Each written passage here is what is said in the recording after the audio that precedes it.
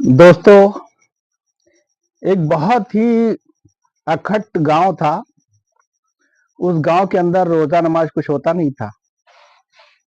वहां के लोग जानते ही नहीं थे रोजा नमाज क्या है। नाम के मुसलमान थे। तो क्या हुआ, एक दिन उसमें एक आलिम साहब पहुंचे और कहा कि भाई यहाँ नमाज होती है। बोले ये नमाज क्या होती है? बोले भाई अल्लाह ने पैदा किया है और अल्लाह को याद करना वही एक नमाज है, तो उसके लिए आपको मस्जिद में जाना पड़ेगा। तो कहा ठीक है, आप बताइए फिर हम चलते हैं। तो इमाम साहब मस्जिद में उनको लेके गए। ले जाने के बाद कहा वजू कर लो। कहा वजू क्या होता है? बोले जैसा मैं करूं वैसा आप भी करो, इसी का नाम वजू। कहा ठीक है। तो मौलाना साहब नमाज के लिए वजू करने बैठे। वो भी वजू करने बैठा।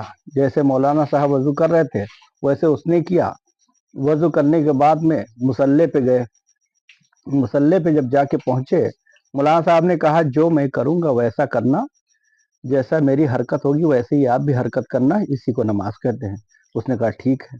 मौलाना साहब नियत बांधे, अल्लाह अकबर। उसने भी नियत बांधा, अल्लाह अकबर। मौलाना साहब को कहीं खुजली होने लगी तो वो सर खुजलाने लगे। जब सर खुजलाने लगे तो वो भी सर खुजलाने लगा। मौलाना साहब ने धीरे से इशारा उसको किया हाथ से। बोला बे क्या कर रहे हो? मतलब इशारा किया, क्या कर रहे हो? तो वो भी इशारा मौलाना साहब को किया, क्या कर रहे हो? तो मौलाना साहब को आ गया गुस्सा, तो जोर से उसको झटका दिया। बोले समझता नहीं है, मतलब अपने दिल के अंदर वो सोचे मौलाना साहब, उसको धक्का दिए। और जब धक्का दिए तो वो जमीन पे गिर गया। जब जमीन पे गिर गया तो वो उठा और मौलाना साहब को दिया, दो रसीद किया।